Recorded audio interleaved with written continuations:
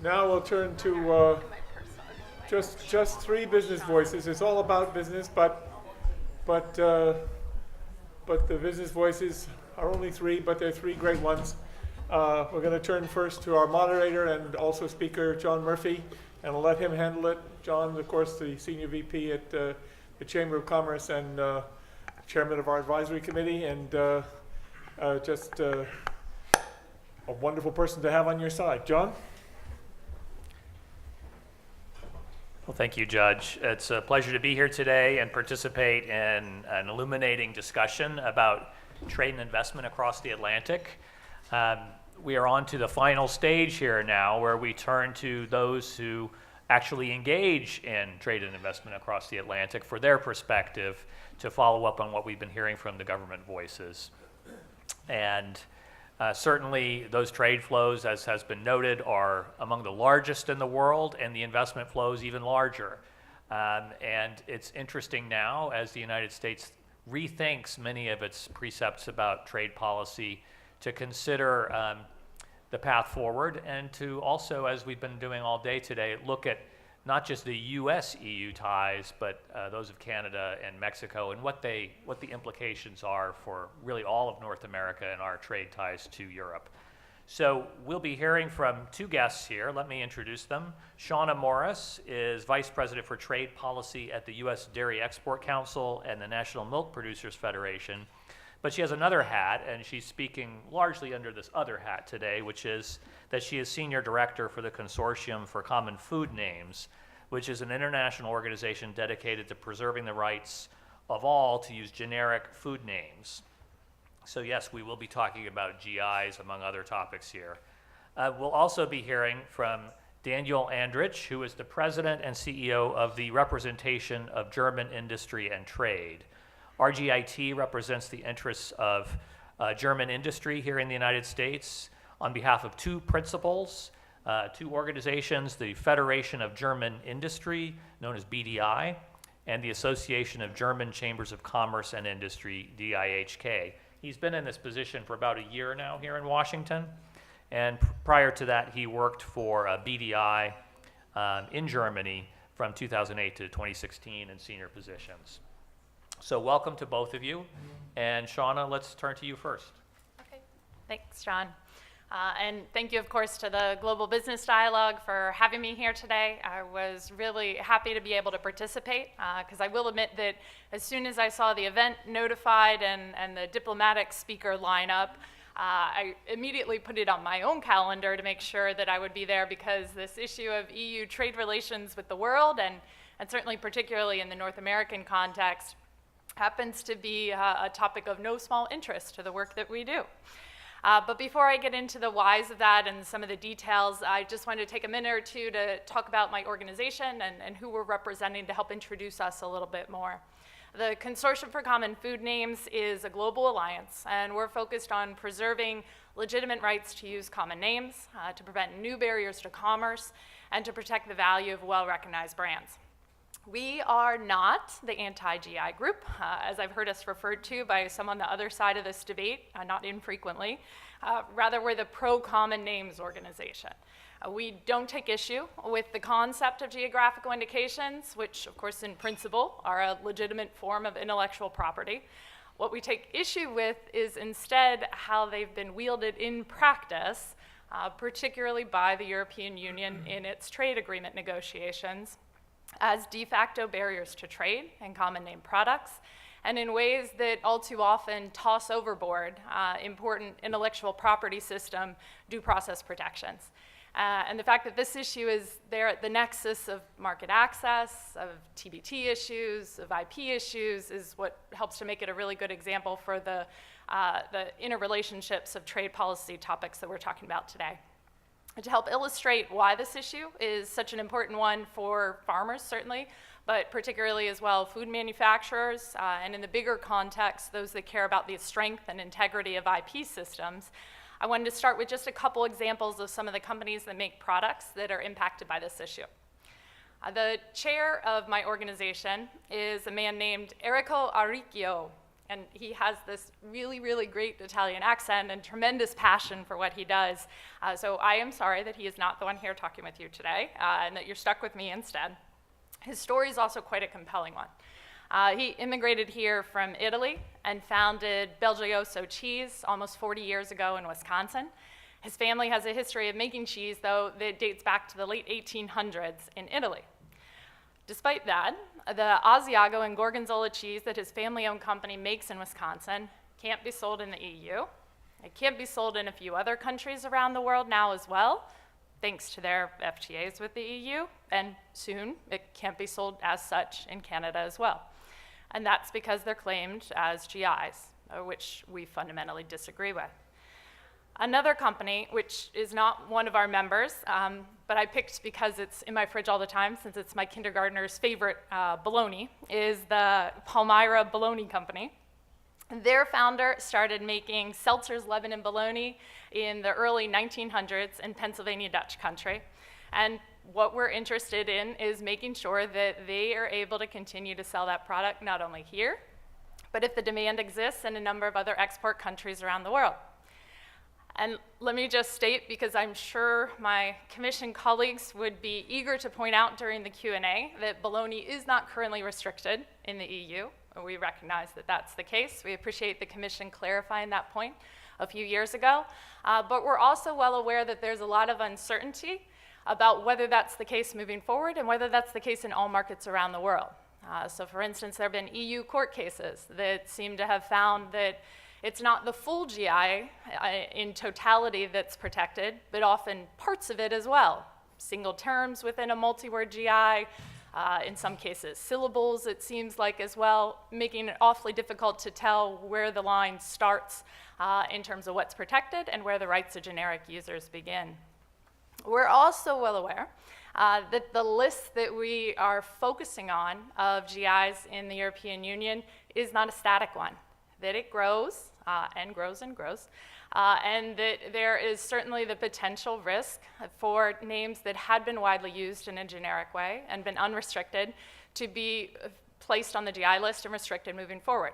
That's a risk that we are seeing right now for a couple names that are so generic that they have internationally recognized codex standards. So these are basically international recipes for how to make the product, yet despite that, they're pending final approval in the EU for GIs.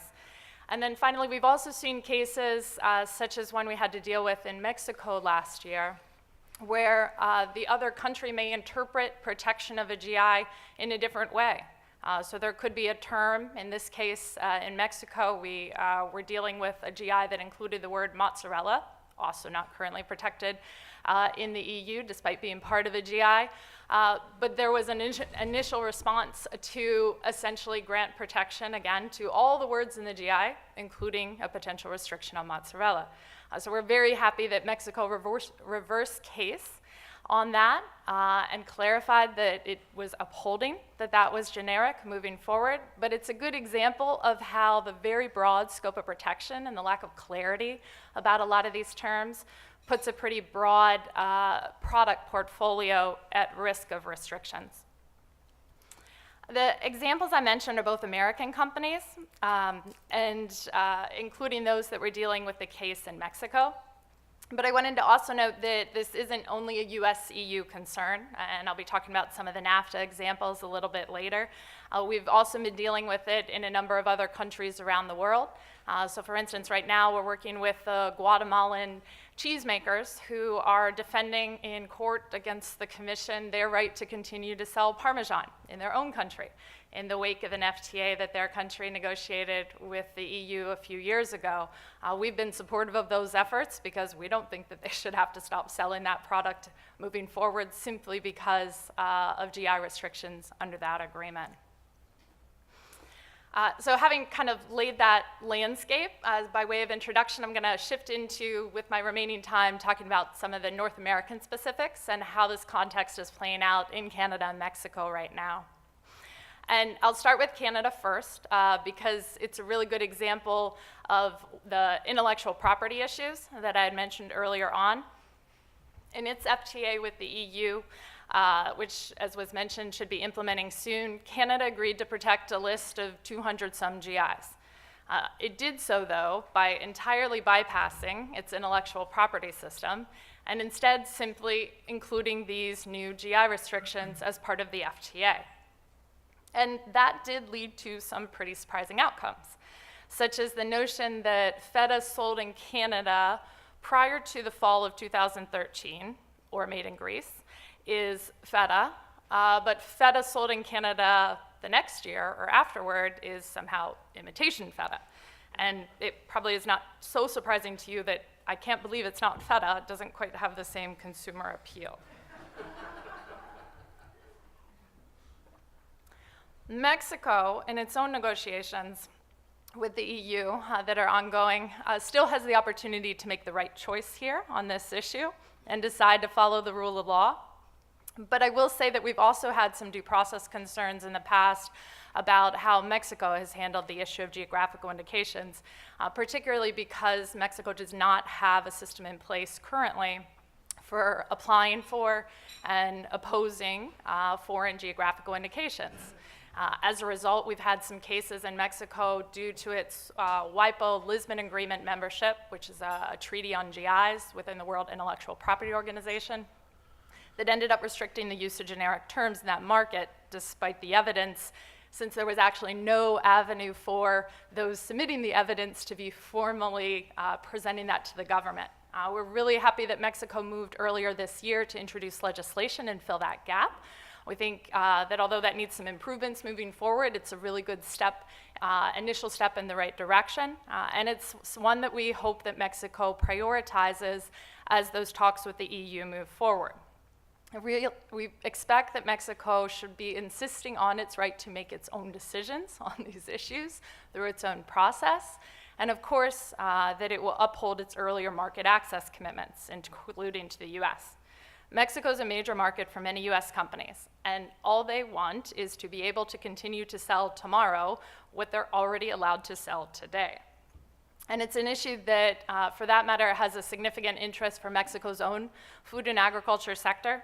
In fact, many major players in the food industry in Mexico have also likewise stressed the importance of a genuine due process procedure and concerns for common name violations under these negotiations, not only out of concern for disrupted trade flows, but because many of those companies are also relying on generic use of the terms.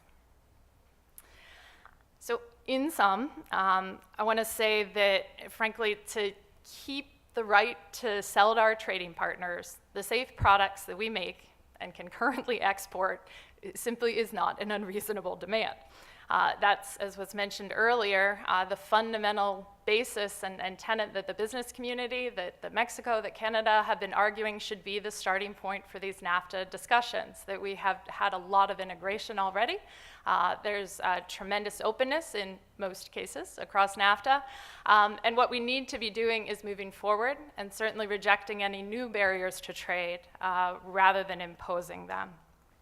I'd also add that for those of you that may view this as a side issue, particularly some of those in the private sector that don't have products that are currently on the front wave of this issue, I'd add that this isn't a sector-specific concern. Rather, it's really about whether it's appropriate or not for one trading partner to be working to stack the rules in their favor versus whether we should be leveling the playing field for everyone to genuinely compete against. That type of protectionist approach of working to intentionally impair competition is frankly one that we don't think is the model that's right for global trade moving forward, and we hope you don't either. Thanks. Well, thank you very much, Shawna. That's a very interesting bit of light cast on the whole issue of the interplay between rules and market access, which we sometimes talk about as being very different things in a trade agreement, but clearly very closely related. So we'll circle back on this. But Daniel, we'd like to turn to you now and look at a German industry perspective on North America-European trade. Thank you very much, and thank you very much for inviting me, Judge. We had so many ambassadors and experts on free trade and open markets today, so I won't highlight and won't focus only on trade policy. Try to give you more a impression on the perception of German business community here, but also from a Berlin perspective on three major issues since I came last year to the United States. First, it's growth. Second, jobs. And third, of course, trade policy. The biggest issue of the new administration, not so new anymore, it's achieving robust economic growth with a GDP growth target about 3%, 4% sometimes. From a German business community perspective, there are a lot of positive signs when it comes to this, especially when you talk about the business environment and the improvements and signals that we send out for the business community with reference to tax policy, simplification of the tax code, but also reduction of the corporate tax. However, we have some concerns about the proposal of a border adjustment tax coming out of Ways and Means, because we think the border adjustment tax would kind of discriminate foreign goods. So this is a major concern for my headquarters in Berlin. Second positive sign is infrastructure investments. There's a positive step on that. We always try to highlight that it's not only about roads and bridges and rails, but it's also about energy infrastructure. It's also about smart grids, digital infrastructure like broadband and so forth. And third one is deregulation. You know, the president signed out executive orders saying 2 old regulations must be repealed by each new regulation written. Remains to be seen what this actually means, but it's a positive signal for the business community that this new administration tries to spur deregulation. Second factor to spur growth is, and we had the Select USA Summit this week. We also had a very good event, by the way, at the US Chamber about investments and foreign direct investments, is to spur foreign direct investment. We always try to highlight is that the more open a market is, the more foreign direct investment it attracts, especially from a German business perspective. You know that our companies have global value chains spanning around the globe, and rules such as, you know, Buy American or High American, even though I know that's not from the new, it's, you know, hasn't been spread up by the new administration, also been by former administrations. This is not very helpful when it comes to attracting foreign direct investments. We have what we call German Business Matters, the data we update every year on how much our business community is committed to the market, invested, create jobs by German companies here.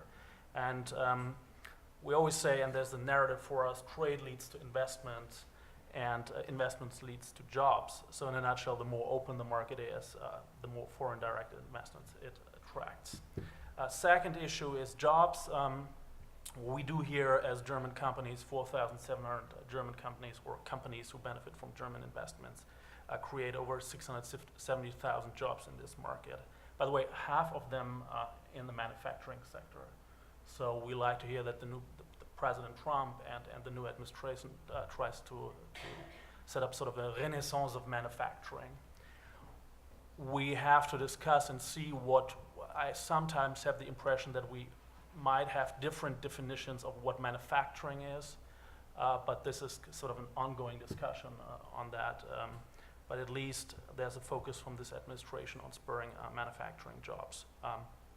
With our data, which we analyze not only on a broader macro level, but also on the state level in the US, we see a trend that the more a state trades with Germany, the more German-created jobs are there. So I heard this morning some correlation between trade and terrorism, which kind of worried me. Actually, I can only tell you from our perspective, there's a correlation between trade and jobs. Second thing about jobs, and I borrow this sentence now from your boss, Tom Donahue. He said once, the US, there are a lot of people without jobs in the US, but there are also a lot of jobs without people in the US. And that's what we learned from German companies in the market, that they have two big challenges in general: open markets, and the second one is to hire skilled workforce. And also when it comes to workforce development. You know, might know we have the dual education system in Germany, which is highly successful for our market. We had very positive talks with the new administration on that. They're especially focused on this issue and try to sort of get a broader understanding of what it is and how we can implement it maybe or highlight it within the market.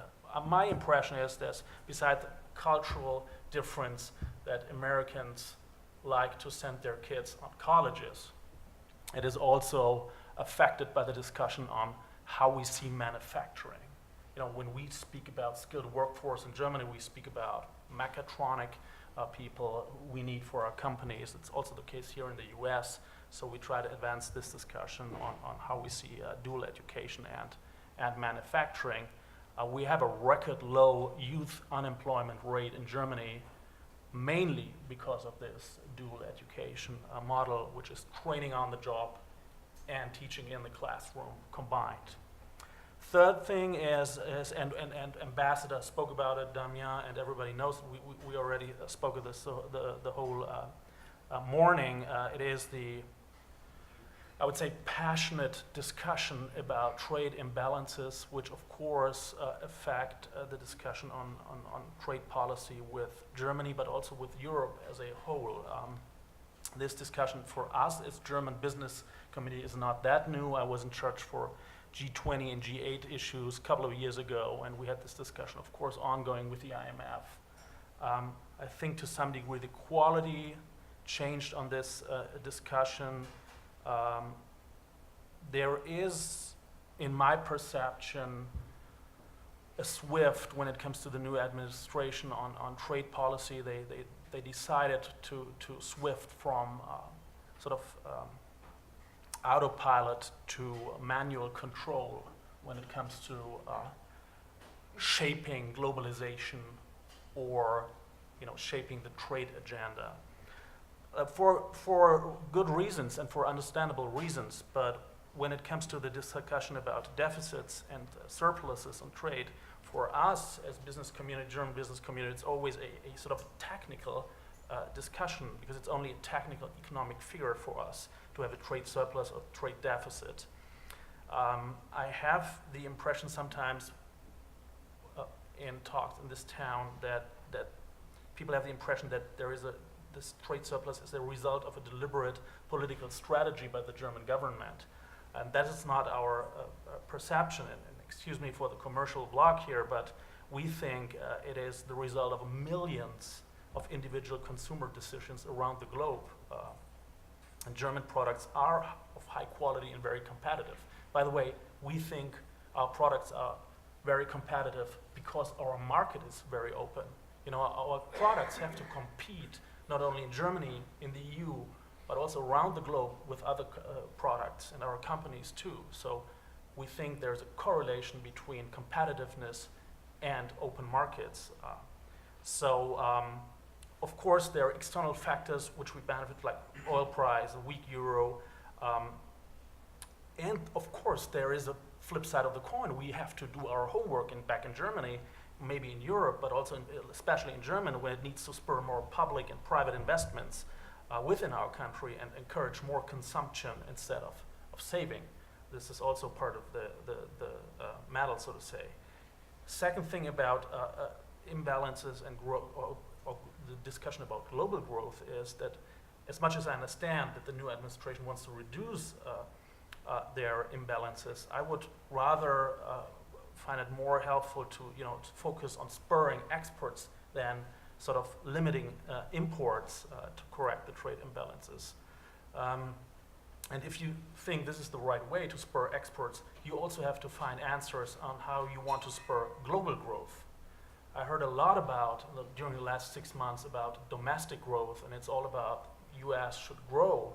But if you want to try to export more, you have to think about how 95% of the world's population lives outside the US, not inside the US. And these are consumers, and these are customers who live outside the US, and you have to think about how they grow. So with reference to our G20 summit in Hamburg in 2 weeks, I think there are a lot of formats, organizations where you can try to think about how you can spur global growth. This is a very important discussion I think we have to have, not only in the US, but also on a global term.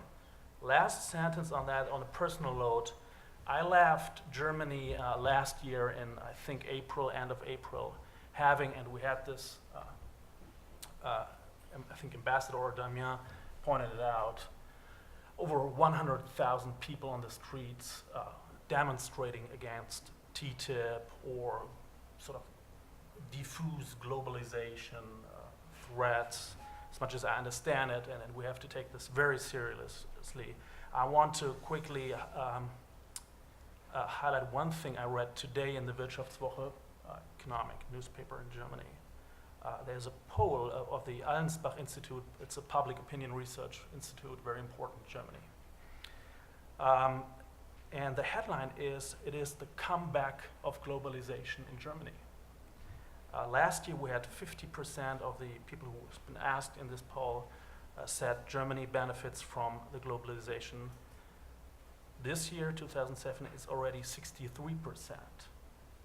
82% said it is essential that we as Germany do have free trade with other states. 73% said we're in favor for cooperation with other states. So I think it has nothing to do that I left Germany, but there have been some other factors during the last year that the German public opinion tends to swift a little bit and commits a little more to what that we showed a lot of benefits from globalization, free trade, and open markets. Thank you.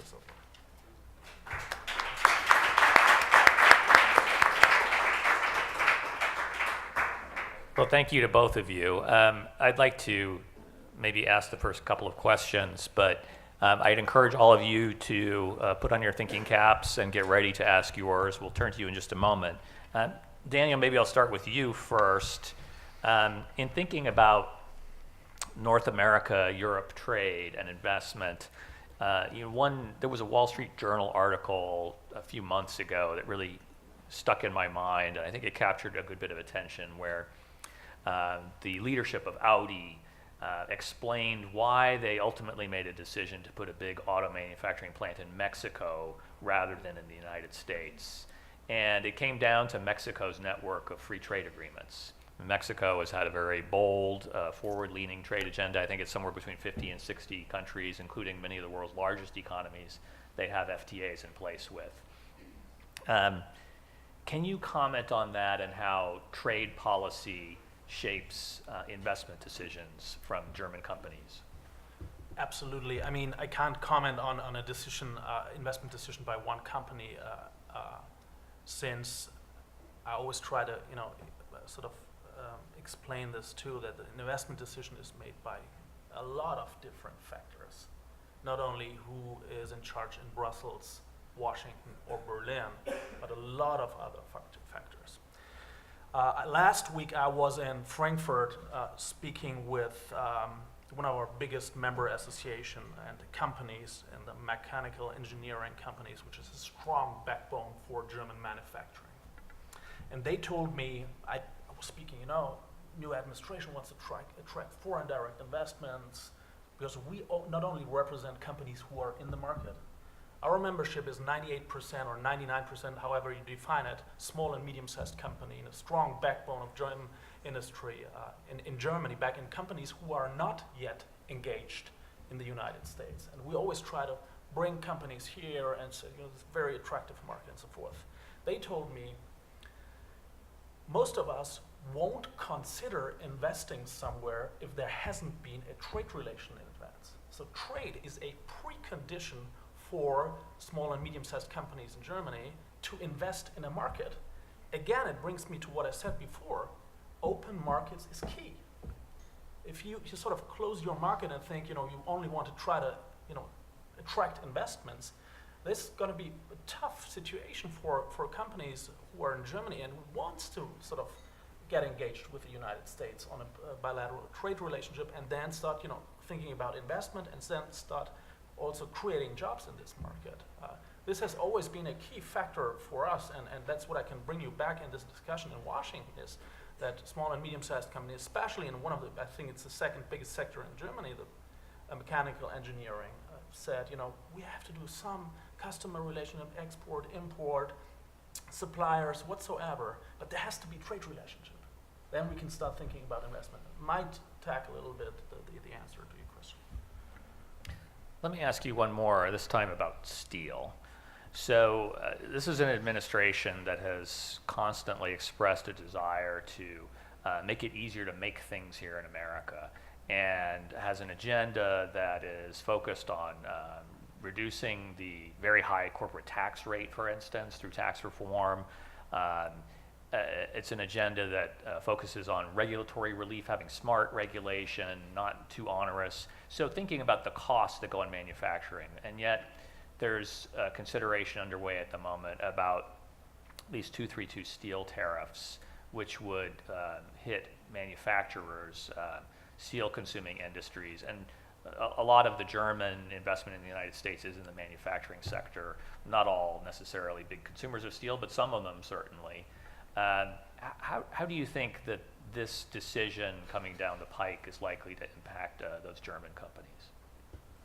My concerns when it comes to this, and you speak of the 232, and we had this discussion in the morning already, is more on a broader sense that about a misuse, not here, but in general, what kind of signal is this of the national security as a sort of factor for kind of protectionism in a way that the ambassador also raised it. What is the question is, how do we define what goods are critical to national defense? And national security exemption, from my perspective, from German business perspective, should therefore only be used in very exceptional cases. We are concerned, as we share the concern of our Minister of Economic Affairs, she raised this just a couple of days in German media, that this could be seen as an invitation to use national security for a reason, to protectionism. And I really have to say, on a personal note, that I really like what the ambassador said in the morning, that Germany and German businesses consider themselves as ally and friends of the United States of America. Not only that's part because we are a NATO partner, but also that we have, decades-long relationship with this country.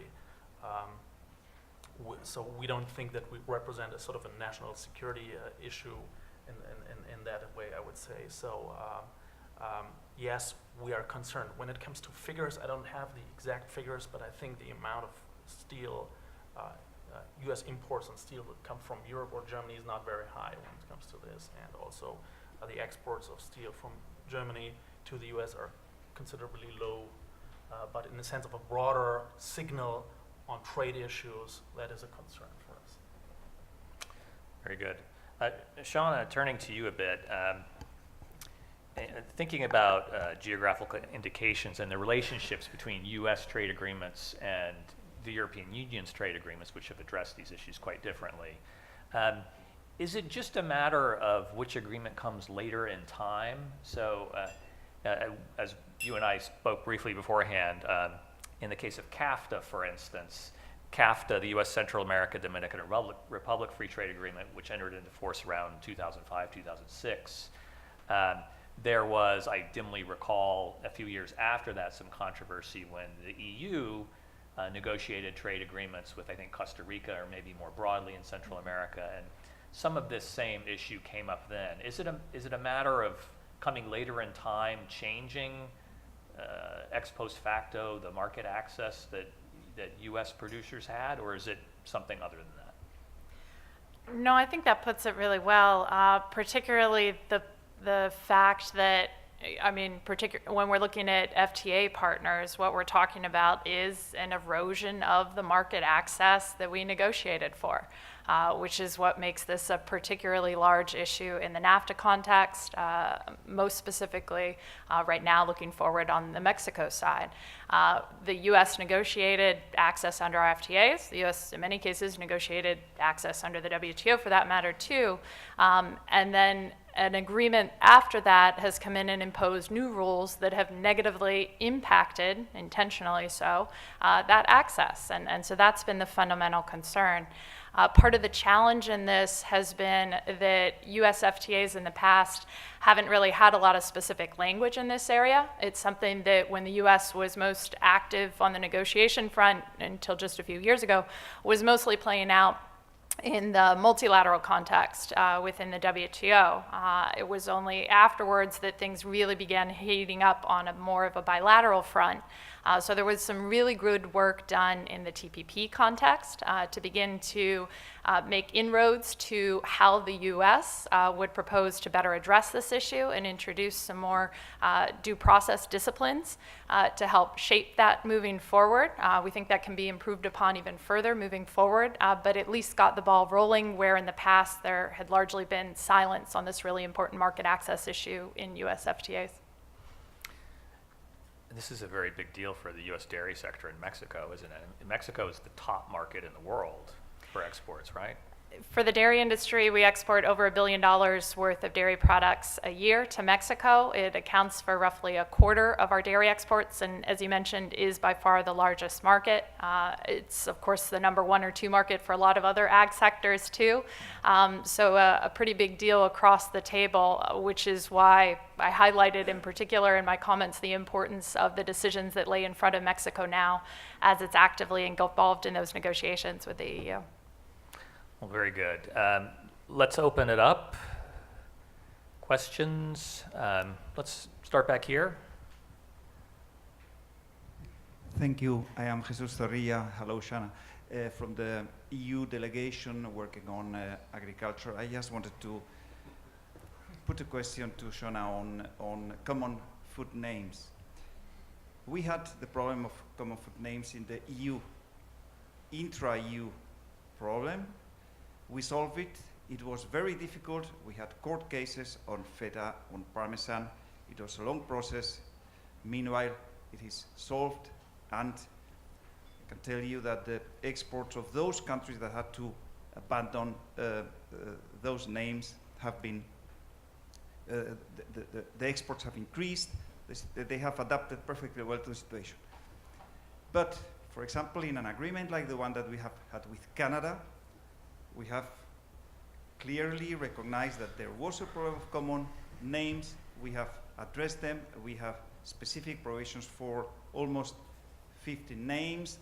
The dairy industry of Canada, which is not the most open sector in Canada, has agreed to a solution. Names like Parmesan will be used in future. Why is the US, and in particular the dairy industry, refusing to discuss the problems of common food names with the EU? The US refused to open discussions on geographic indication that would have given way to a discussion of what are the problems, how can we address them. This is what we have done with Canada, what we are doing with Japan, that we may do with China. Why was it not possible with US? Thank you, Jesus. I appreciate the numerous questions. So I'll aim to take them briefly, each in kind. You mentioned the court cases in the EU on some generic terms, particularly for feta and Parmesan. For those not as familiar with them, there were court cases because of the fact that those terms had been used generically for quite some time in the EU by a number of other member states. My personal opinion is that the cases were not accurately decided. They did not reflect the generic use that took place. I realize that the courts have made the ruling as they did, and that is what it is.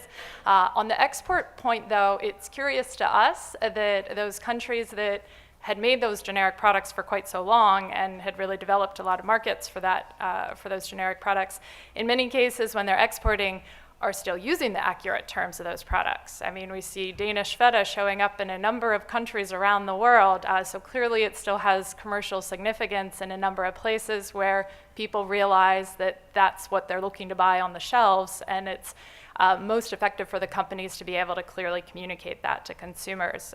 That's what we're looking to preserve as well. On the, I'll set aside for now the Dairy Canada piece to not delve too far into the details, but to your question about why we can't do this too and simply take a page out of the Canada book on this, in our view, the chief problem has been that the EU has its version of what these solutions look like. And CETA is too often held out as the example of what that should look like, which involves horse trading the list of names and finding, quote unquote, solutions to terms that shouldn't be up for debate at all. Whereas in our view, that's entirely the wrong discussion. We need to be taking a step back from that and really looking at the problems and the lack of clarity in the rules that are being used here and how those disadvantage not just some companies and some sectors making particular products that then are negotiated over in detail, but how you get the rules right so that they're setting a common basis for fair competition across the board, both for the sectors facing problems today and for the waves of sectors that may find out this is their problem in the years to come too. Meredith, did you have your hand up?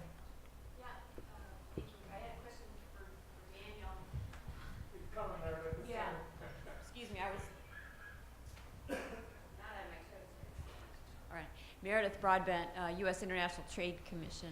A question for Daniel. Are you optimistic that the EU Commission and the U.S. government can coordinate potentially on the non-market economy status for China and global overcapacity in China in steel and aluminum and some of the industrial sectors? Well, I can't comment on the ongoing discussion on that. I think that we agree that we have to address this issue in the non-market economic status. I experienced, it started when I was back in Berlin. I used to be the chief of staff, the president there, but people in our trade department had a huge discussion within our membership. What is our position on that? We have the whole value chain in our membership. So this was also not an easy discussion. So I think we can agree to some degree on the overcapacity issues and various other issues, but I think I can't comment on methodology or anything like the ambassador said today in the morning. Yes, here in front. Brett Fortnum from Inside U.S. Trade. Given the rhetoric we've heard from this administration, have your industries found it more difficult to kind of influence the direction or potential direction of negotiations compared to TTIP or TPP, where there, at least from my perspective, seems to be a very open dialogue with industry? Has the focus on trade deficits and sometimes not necessarily trade relevant issues that have been cropping up in the trade talks, has that been a distraction, or are your industries still able to kind of be heard with this administration? I'm happy to take first, or offer my thoughts first. I think we've been very happy with the administration's responsiveness on trade issues of concern for us in a number of areas. I think we're also quite pleased with what we're hearing about the importance of working to make sure that we're improving opportunities for exports and where needed, going after some pretty strong enforcement measures to make sure that those foreign markets stay open to our products. At least those are the types of enforcement issues, of greatest interest from our side of things. I'd say that I think a lot of the comments that were made at the hearings by Ambassador Lighthizer this week, too, were particularly encouraging on a range of trade topics, including some of interest for us, or companies that are some of my members. And so we're anxious to be able to move into the actual negotiation spot versus more of the preparatory place where we are right now. Yeah, just to add on this, I was very pleased to hear what Ambassador Lighthizer said in the hearings in Senate Finance Committee and Ways and Means, also in the opening remarks by the chairman of the committee. I don't know if it was Orrin Hatch or Kevin Brady. They really highlighted it as prominent, they noticed it at least and spoke about TTIP. That was very helpful because TTIP is not was not such a big issue as it was in Germany and Europe for many months and years actually. So we are hopeful that there will be some talks about on that. We have general elections in September in Germany. This kind of makes it a little bit difficult now to speak about this probably in an appropriate way, even though we know that it's a bilateral agreement where the Commission talks to the USTR, of course, and I don't want to question that at all, but I mean in sense of that, we have to get, the members of the EU also behind the Commission and to have comprehensive and inclusive and strong discussions on this issue. I think if you allow one opinion about TTIP, as far as the arguments are absolutely valid and important and still remain very reasonable, I think, for a TTIP.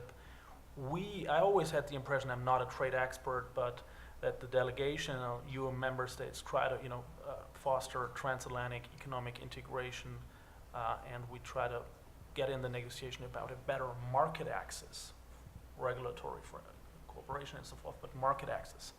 While I have, being here in this town for last year, the impression that this new administration tries to, think about free trade agreements and negotiations to reduce their trade deficit. I'm not quite sure if this is makes it easier or more difficult to continue the negotiation on TTIP. We're going to have to leave it there because we have a final piece of business to conduct here before we close. Judge.